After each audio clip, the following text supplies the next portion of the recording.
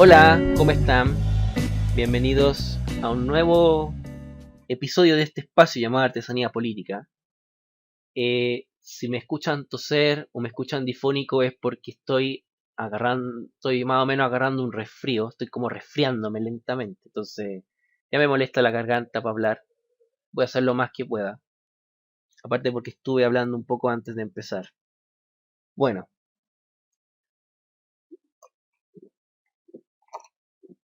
bien, hoy día vamos a hablar de lo que en algunas partes se ha denominado crisis de representatividad o crisis de representación, como quieran llamarle. ¿De qué se trata esa crisis? Del descontento de la ciudadanía con la clase política.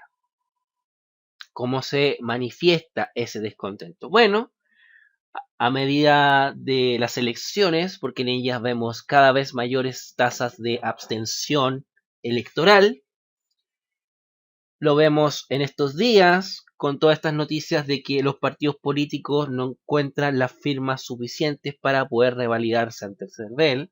Vamos, lo que llaman el famoso refichaje. Y con la sistemática baja aprobación que los partidos políticos y los miembros de la clase política, ya sea desde el Congreso o del gobierno, tienen en todas las encuestas de todo tipo. Aunque yo no soy muy apegado a las encuestas que se conocen, las públicas por lo menos. Primero porque se hacen con fines políticos, los resultados que tienen son con fines políticos. Y segundo, siempre se falsean las muestras representativas en las encuestas, de repente con fines metodológicos o de repente con estos mismos fines políticos. Por eso más que nada. Bien, podemos hablar de eso pero en mayor profundidad, pero no hoy día. Bien. Primero que todo, llamar a esto crisis de representatividad o de representación es un error.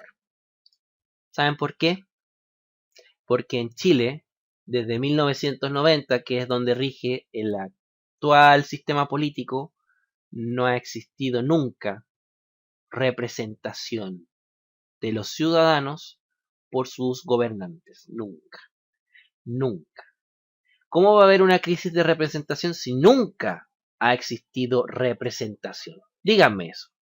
Esto puede ser una crisis política, es una crisis del sistema político, ok, pero no le llamen crisis de representatividad, es lo primero que quería decir.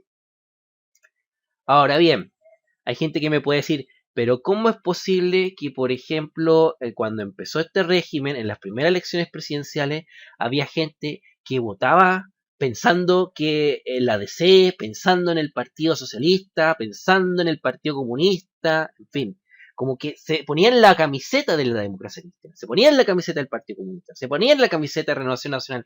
¿Por qué pasaba eso? Bueno, ustedes, yo creo que es una cosa, mira, en la realidad nunca hubo representación, nunca. En un tema ya de mentalidad, de ideario, de lo que uno tenía en la cabeza, por decirlo de alguna forma, tienen que pensar que había mucha gente, para eso hay que entender el contexto histórico del momento, para eso tienen que entender que en ese momento, cuando ya se acaba el plebiscito, ganó el no, y después pasamos a las elecciones presidenciales del año 89, 1989, mucha gente que fue a votar estaba pensando que los partidos que existían en ese momento, por lo menos los tradicionales, eran los mismos que existieron antes de 1973, antes de la tiranía, antes del golpe de Estado. ¿Ya? O sea, hay gente que pensaba que la democracia cristiana del año 89 era la misma que la que había cuando, por ejemplo, Eduardo Frei Montalva fue electo presidente de la República. Había gente que era socialista, podía estar en una de las facciones del Partido Socialista, porque acuérdense que el Partido Socialista estaba dividido en facciones hasta el año 91, esto del Partido Socialista de Almeida, el Socialista de Núñez, el Socialista de Lagos, que terminó siendo el PPD, en fin, un montón de partidos socialistas. Bueno, sea cual sea, era un partido socialista, y en algunos de ellos se llegó a pensar que la facción socialista en la que estaban era lo mismo que el Partido Socialista que existió con Allende. Y eso fue un error. Fue un craso error pensar eso. ¿Por qué? Porque cambió el contexto. En la oligarquía que hubo antes del 73, bien, habían partidos políticos con distintas visiones de mundo, con distintas ideologías, con distintos programas, con distintas formas de responder ante demandas sociales de todo tipo. ¿Ya? ¿Hasta ahí vamos bien? Claro, teníamos por un lado la Unidad Popular, con un proyecto socialista, que incluso era simpatizante de la Unión Soviética, de lo que fue Cuba con Fidel, en fin. Después teníamos un proyecto humanista cristiano, que es el de la democracia cristiana, que es el que trató de levantar Eduardo Frei Montalva, esto de la patria joven, en fin, la revolución en libertad. Eso, bien. Después teníamos otro que era el capitalista, más cercano a todas las directrices que se daban desde Estados Unidos, por ejemplo la Alianza para el Progreso, que eso en el fondo fue la derecha del momento, ¿ya? Eran concepciones distintas, con proyectos distintos, programas distintos. Y Chile, bueno, tuvo esos tres tipos de gobierno en menos de 20 años. Es increíble.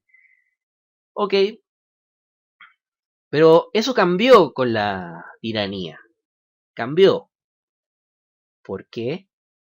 Porque después de la tiranía, a ver, la tiranía ya, los militares, la Fuerza Armada, mejor dicho, hicieron con el poder, agarraron unos que otros, bueno, con los empresarios se pusieron de acuerdo para que ellos volvieran a tener las empresas que en algún momento se les expropiaron, o otras empresas que quebraron, algunos las consiguieron a precios baratos y después la hicieron trabajar como máquinas, se hicieron su fortuna, distintas instituciones estatales se convirtieron en holding privado, etcétera, etcétera. Por otro lado, estaba esos sectores, bueno, estaba la derecha, digamos, la antigua derecha, la que existía antes del 73, estaba este grupo de empresarios nuevos y estuvo una nueva generación de gente que se unió a este sector, pues, que en parte gente joven que, bueno, era simpatizante con todo lo que significaba quizás políticamente la tiranía, ¿ok? Hablemos de este sector que apoyó a las Fuerzas Armadas durante esta tiranía, ¿ya? Y a la vez, ese sector, junto con los opositores, que en realidad fue toda esta gente que quedó marginada del poder, partiendo por la democracia cristiana, partiendo por los sectores socialistas y comunistas que apoyaron a Allende, y con otros grupitos más que estaban ni fu ni fa, como el Partido Radical, y después aparecieron otros, se pusieron de acuerdo en cierto sentido, no es como que todos hicieron un pacto secreto, sino cuando se gana el plebiscito, cuando el plebiscito se gana el no, después se logra como una especie de acuerdo, yo diría que tácito, de que si vamos a empezar un nuevo régimen político, todos tenemos que tener un consenso, y ese consenso es aceptar más o menos las reglas del juego que existen, aceptar la Constitución de 1980, aceptar el modelo neoliberal, aceptar. Esto ya queda más al segundo plano, pues no porque no sea más importante, sino porque ya no tiene que ver con cosas estructurales, sino tiene que ver con respuesta a ciertas demandas sociales, a ciertas necesidades, como por ejemplo las violaciones de derechos humanos. Tiene hasta un cierto consenso. Eso ahí yo creo que puede haber diferencia. No, eso retiro lo dicho, porque nada que ver. Pero esas dos cosas. La concertación cuando llegó, que fue el sector, que en realidad fue parte de ese sector que quedó excluida del poder durante la tiranía, digo parte porque nunca estuvo la gente cercana a Allende. Yo diría que fue más bien la democracia cristiana y la gente como los socialistas renovados, que fueron los que abrazaron el neoliberalismo, se volvieron pragmáticos, en fin, y unos que otros neoliberales que estaban militando en esos partidos, llegaron, hicieron reforma a la constitución, pero esas reformas fueron, sí, cambiaron algunas cositas, pero no fueron reformas que fueron a lo medular de la constitución. No se cambió ningún derecho a la constitución. No se cambió, por ejemplo, que Chile se tiene que regir, bueno, por el Estado subsidiario. Eso sigue hasta el día de hoy. Se cambió, por ejemplo, que no existieran los senadores designados, ¿ok? Es un cambio institucional importante. Se cambió, por ejemplo, ¿qué más? Bueno, nada más especial, nada más importante. Bueno, las elecciones de alcalde, pero es que eso ya existía antes del 73. En fin, pero son detalles, no van al hueso de lo que es la esencia de la Constitución. Eso es lo que estoy tratando de decirle. Bien, y si se fijan, tanto Concertación, Nueva Mayoría, como Alianza, Chile Vamos, son exactamente lo mismo, han gobernado bajo las mismas reglas, los mismos parámetros. Pueden dar trasto en todos sus discursos, en todos los medios con que son diferentes y pero no son diferentes. Y todos comprados por los mismos intereses políticos. Yo me acuerdo que cuando yo leía diarios del plebiscito, me acuerdo que en el Mercurio salía un diario donde decían que incluso desde Estados Unidos se había puesto plata, tanto en la campaña del sí como la del no. ¿Sabes lo que significa eso? O que incluso también habían empresarios nacionales que habían hecho lo mismo para asegurar su interés económico. Desde entonces ya estaba pensado. Cuando salió esto de Ponce Lerú, el yerno de Pinochet, por el famoso caso Sokimich, ¿qué salió? Que tanto a unos como a otros se les había dado dinero. Bueno, eso no son pruebas de que los partidos políticos y la gente que está en ellas trabajan para los grandes intereses económicos. Bueno, no sé lo que será. Pues bien, con todo esto que yo estoy diciendo, ustedes no les quepa la menor duda de que la gente no va a sentir ningún interés por la clase política. Ninguno, porque nadie los representa. Nadie. ¿Para qué me voy a afiliar a un partido político? ¿Para qué? Para representar los intereses de otros, no representar lo mío. Y la gente que ingenua, que cree que puede llegar a representarlo, se equivoca, va a quedar estancado ahí.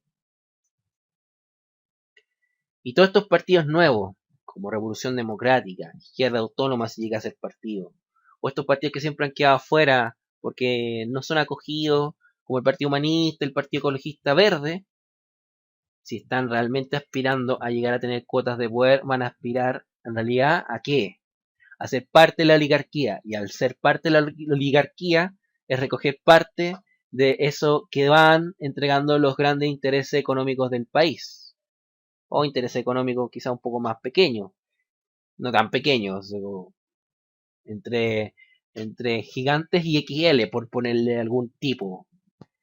Ahora bien, esta clase política que ya dejamos claro que son iguales, en fin, que están más o menos manejados por los mismos intereses económicos, incluso los partidos que están fuera y que están tratando de entrar en ella, porque si tú estás tratando de entrar a este sistema político, estás tratando de entrar a la oligarquía política que existe para tener contactos con la oligarquía financiera y económica que te entreguen prebenda, dinero y un montón de cosas a costa de leyes que tú puedes hacer en nombre de ellos y en los intereses de ellos. Bien, que no les quepa duda.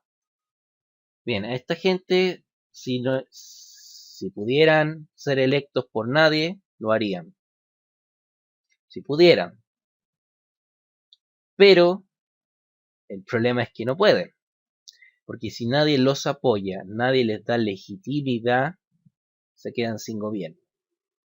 Se quedan con el miedo de que la ciudadanía puede desbordarse y puede echarlos del poder.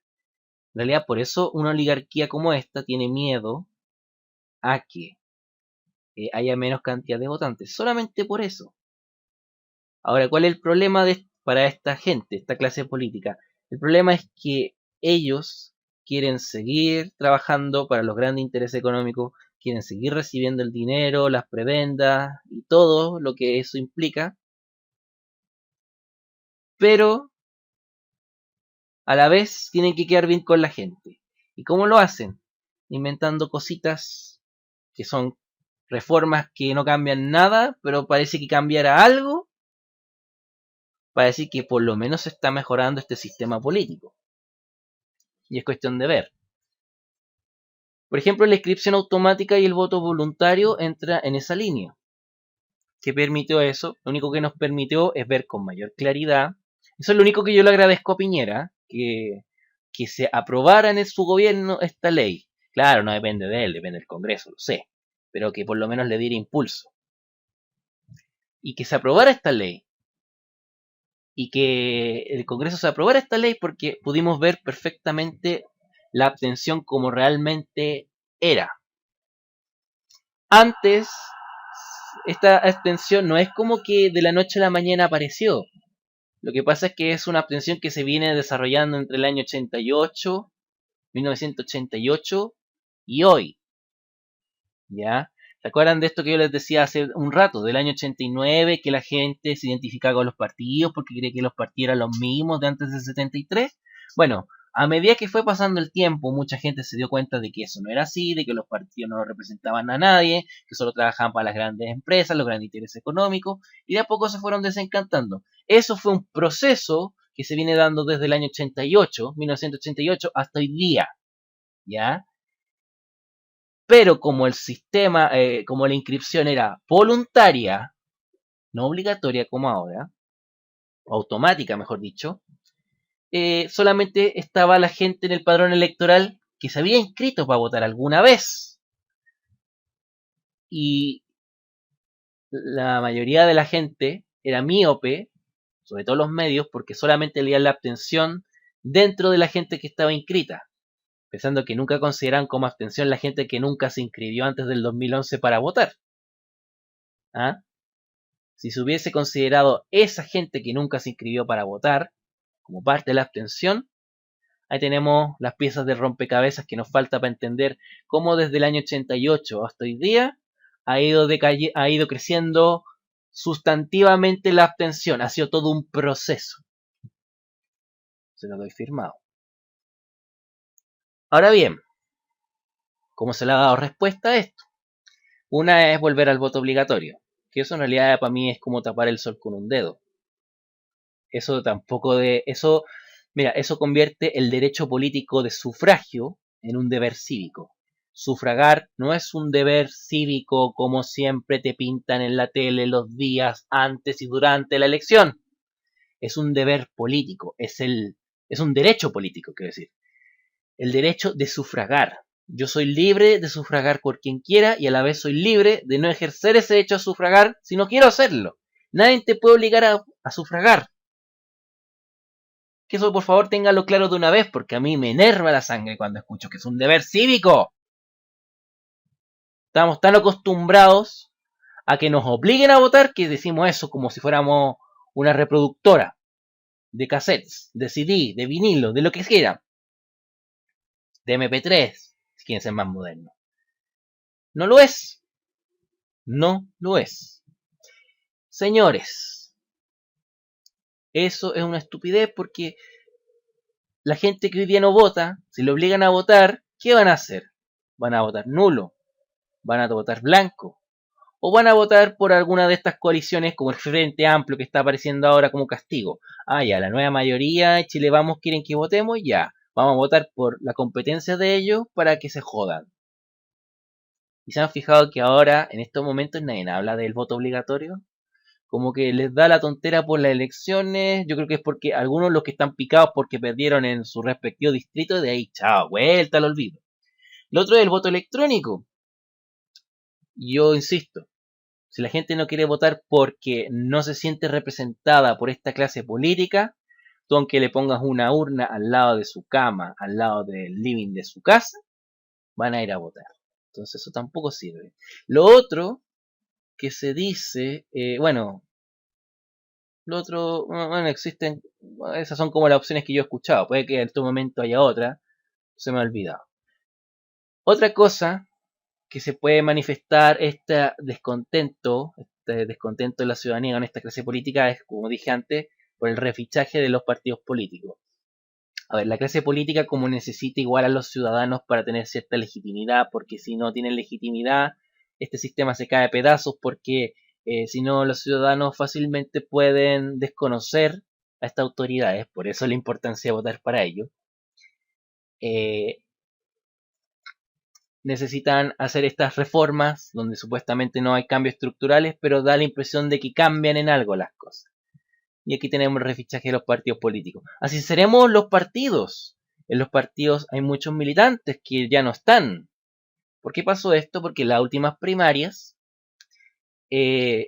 mucha gente a lo mejor quería votar, no sé, por el candidato de la Alianza, pero se dio cuenta que está inscrito en un partido de la nueva mayoría. Entonces, como para evitarse esos problemas, hicieron esto. Y también para hacer una cuestión de transparencia, de que los partidos se están mejorando y todo. ¿Y con qué se encontraron? Ah, con que nadie quiere firmar para ningún partido político. ¿Por qué? Porque la gente estaba en un momento en que ya es más la gente que no le interesa esta clase política. Por eso. Y ahora se metieron en un cacho enorme, que yo creo que de la única forma que van a terminar saliendo es cambiando las reglas del juego del CERVEL o de la ley electoral, o vaya a ser, van a mover cielo, mar y tierra para que puedan seguir legitimados. Y si eso no lo logran, porque también pasa otra cosa, pero si no lo logran, ¿qué va a pasar? Bueno, resulta que vamos a tener menos partidos políticos de los que existen ahora. Entonces, en vez de ser un sistema político manejado por dos coaliciones, va a terminar siendo quizás manejado por dos grandes partidos. O sea, bicoalicionista a bipartidista. Van a haber menos partidos políticos. Por un lado puede ser bueno, por otro lado no. Pero esto pasa también porque dentro de los partidos hay diversos intereses, hay diversos grupos, donde cada grupo quiere tener la batuta en su partido, quieren dirigir el partido. Entonces, si esto pasa, pueden eliminar competencia. Claro, un partido si se queda si no existe un partido, mucha gente se queda huérfana, se queda sin casa, se queda damnificada. Y emigrar a otros partidos es difícil pensando que en cada partido existen ya sus grupitos que se pelean entre ellos la batuta del partido, la directiva del partido, para que más encima acepten gente de afuera. A los partidos que están asegurados y que ven cómo los otros se despedazan, esto les favorece. Puede que por eso no sea tan fácil hacerlo también. Esto de cambiar las reglas del juego por el CERVEL y todas estas cosas. Habría que ver qué pasa, sería interesante. Si no estamos ante un punto de inflexión importante en lo que es la crisis política que estamos presenciando. Bien, esto también se ve en otras reglas que han hecho para intentar que la gente vuelva a encantarse por ir a votar y por la política y todo. Tiene que ver, por ejemplo, con el cambio que se hizo de los aportes reservados. Antiguamente, o sea, antes, la antigua ley de aportes reservados era de que desde cierta cantidad de UTM hacia arriba eran aportes reservados, que solamente uno depositaba a través del server su dinero y el server no tenía por qué darle a nadie el nombre de las personas que habían depositado. Los candidatos se supone que no sabían, los candidatos no podían preguntar, no podían decir, no podían saber quiénes habían dado esas platas. Por eso no era raro ver gente que le preguntaran, oye, pero ¿quién te dio plata? No sé. Puede que supieran extraoficialmente, porque por ejemplo Codelco le puede, no, Codelco no, Copec le dio plata, no sé, a fulano de tal. Fulano de tal no sabe si Copec, si alguien de Copec, que puede ser un gerente o alguien que sea dueño de Copec, qué sé yo, Luxic, creo que Luxic. La familia Luxic, ¿sabes qué? No me acuerdo. Bueno, pero gente encargada de Copec, si no le dice, ¿sabes qué? Te donamos plata, bueno, no se entera. Eso es lo que pasaba antes y podían donar tanto empresas como personas naturales. Ahora lo que pasa es que el partido, o sea, ahora los aportes reservados son hasta cierta cantidad de dinero, que es una cantidad pequeña, como 400.000 pesos, un poco más, no sé en cuánto está hoy día, pero un monto así de pequeño, y de ahí en adelante todos los aportes son conocidos, son de conocimiento público, y solamente personas naturales, no empresas. Bien, hay un pequeño problema con esto. ¿Saben cuál es? Es que si ahora todos los aportes son reservados, los que son de menor tamaño, ningún ciudadano puede donar a las campañas políticas a menos que lo haga de forma extraoficial. ¿Quién sea? O sea, por ejemplo, si tú eres un candidato que está en el sur y una viejita te pasa, no sé, 2.000 pesos porque es como su forma de ayudarte y con una sonrisa, con alegría, tú no la vayas a mirar con desprecio y decirle, señora, vaya al CERVEL y done la plata ahí. No, tú la aceptáis feliz y contenta porque si tú te ponías a pelear con la gente, obviamente te socavas tu propia tumba política. Electoral, por lo menos. No sale electo porque eres pesado con las viejas, nadie te va a votar y esas cosas. ¿Cierto? Entonces esto se presta para que gente como esa, o gente que está de repente dentro de los mismos partidos, donen dentro del CERVEL o donen por fuera del CERVEL, de forma extraoficial. Se pasen, por ejemplo, si el candidato tiene una cuenta en el Banco Estado para la campaña, en vez de eso te donan la plata por una cuenta personal que tiene en el BCI, o te pasan la plata en efectivo, o por un vale vista que tú puedes pasar perfectamente efectivo y lo donan en tu cuenta RUT, ¿me entiendes? Eso es lo que va a pasar. Eso es lo que va a pasar ahora. Esto obviamente también se jode a mucha gente empresaria que antes donaba por su empresa. Esa gente no va a donar plata a las elecciones, obviamente, o lo va a hacer con más recatado. La gente que no tiene pelo en la lengua para decir que yo le doy plata a la UDI, o yo le doy plata a la democracia cristiana, yo le doy plata al Partido Socialista, bueno, lo va a hacer igual, seguramente, con todo el revuelo que eso pueda causar. Pero ahora las formas de recibir dinero por los partidos van a estar más puestas todavía en las leyes que estos aprueben en el Congreso. Nadie lo había pensado así, ¿verdad? Bueno, pues yo se los digo ahora. Bien, bueno, los partidos necesitan de la gente para ser legitimados. Otra cosa que se hizo para supuestamente mejorar la participación de la gente, para escuchar el clamor popular y como quieran ponerle, fueron las primarias famosas. A ver, o sea, primarias como tales, no creo que nunca han existido en Chile. Y a pesar de que ahora existe una ley de primaria y que en 2013 se hicieron las primeras primarias con esa ley, a pesar de que la Concertación ha hecho primarias desde el año 93, no han existido nunca como tal. Mira, esta idea es de Estados Unidos. En Estados Unidos hay una democracia representativa y la hay porque, bueno, a pesar de los anacronismos que tiene la Constitución, que es de finales del siglo XVIII, y tiene anacronismos como la votación indirecta por estado, que es lo que permitió a Donald Trump ganar por sobre Hillary Clinton, a pesar de que tenía menos votos que Hillary, bien, es en esencia una democracia representativa. Bien, ¿qué es lo que pasa? En el Partido Republicano, en el Partido Demócrata, tienen claros de que Estados Unidos es un país con mucha gente, con 50 estados, donde cada estado tiene sus propias leyes y tiene su propia realidad, pero que están divididos, pues es un país muy grande, pues. El norte puede que no tenga nada que ver con el sur. Hay partidos muy cristianos, hay partidos muy laicos, hay partidos muy conservadores, hay otros que son muy liberales, unos con más gente blanca, otros con más gente negra, otros con más inmigrantes, otros que hay más violencia, otros que hay menos violencia. Es decir, es tan variada las realidades que existen en Estados Unidos que por eso se inventaron las primarias, porque así se elegían personas de esas distintas realidades que existen en Estados Unidos y entre ellas se elige a la persona que va a llevar los intereses nacionales. Se eligen personas, uno que venga de una realidad más cristiana, más conservadora, otro que venga de una realidad más liberal, en fin. Por eso, bueno, y como Estados Unidos es tan grande y tiene tantos estados, por eso se eligen fácilmente más de 10 candidatos, tanto en las primarias republicanas como en las primarias demócratas. Cuando uno de esos 10 candidatos de la primaria gana, ¿qué es lo primero que hace? Se junta con los perdedores y dicen ya, ¿qué intereses representas tú? ¿A quién representas? Ya. Y trata de hacer, de recoger esos intereses. Y si hay contradicciones, van a ver cómo se dirimen, cómo se puede llevar eso adelante, por cuál nos guiamos mayoritariamente, en fin. Y de ahí se va aglutinando y se va creando el programa del próximo candidato a la presidencia de Estados Unidos. Pero acá eso no funciona porque los partidos políticos, ¿qué hacen? Cada partido quiere llevar agua a su molino. ¿Entendido? O sea, porque claro, la democracia cristiana quiere tener el control del gobierno, del próximo gobierno, porque así puede dar cabida a los intereses económicos que maneja y a los intereses de sus miembros.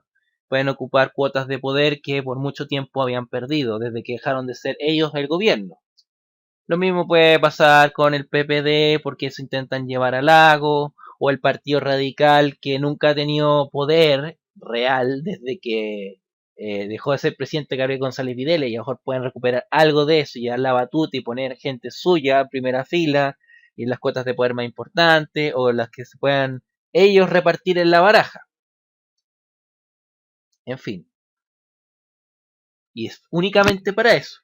Pero se está dando el fenómeno de que ningún partido quiere doblegarse ante los demás. La democracia cristiana no quiere doblegarse ante, por ejemplo, el Partido Radical y a la gente que apoya a Guillé, o ante el PPD y la gente que apoya a Lagos, que yo creo que también es el Partido Socialista, ¿cierto? Porque eso en el fondo y es seguir postergándose y es seguir quedando en segundo plano. Por eso están amenazando con ir en primera vuelta. Por eso no tienen ningún problema en que Lagos se siga desprestigiando. Por eso no tienen ningún problema en tratar de encontrarle alguna chapucería o alguna corruptela, algún acto de corrupción, por ejemplo, a Guillesis que se la encuentran. Y a Carolina Goich le puede pasar lo mismo. Y en Chile Vamos pasa exactamente igual. No tiene, gente que no tiene ningún problema en desprestigiar a Piñera. O Sandón, por ejemplo, yo creo que él quería ir a primera vuelta.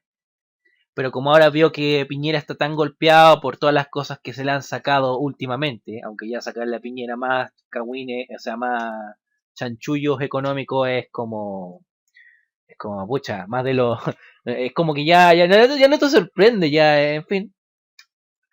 Entonces ve que a lo mejor tiene posibilidades reales de ganarle dentro de una primaria. Pero en realidad entre Unión Demócrata Independiente y Renovación Nacional siempre hubo una disputa por quién tenía el control de un próximo gobierno. Siempre. Aunque hayan sido oposición por muchos años, pero siempre.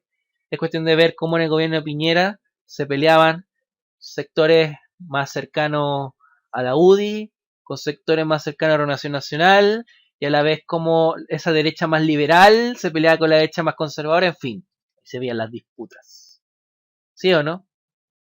Por algo se creó Amplitud, por algo se creó Evópoli. No es por nada, no es por nada. Bueno, esto último yo creo que lo vamos a retomar porque igual me interesa que quede más claro. Por el momento lo dejaré hasta aquí. Espero que les haya gustado este video. Cuídense que estén bien. Nos vemos. Adiós.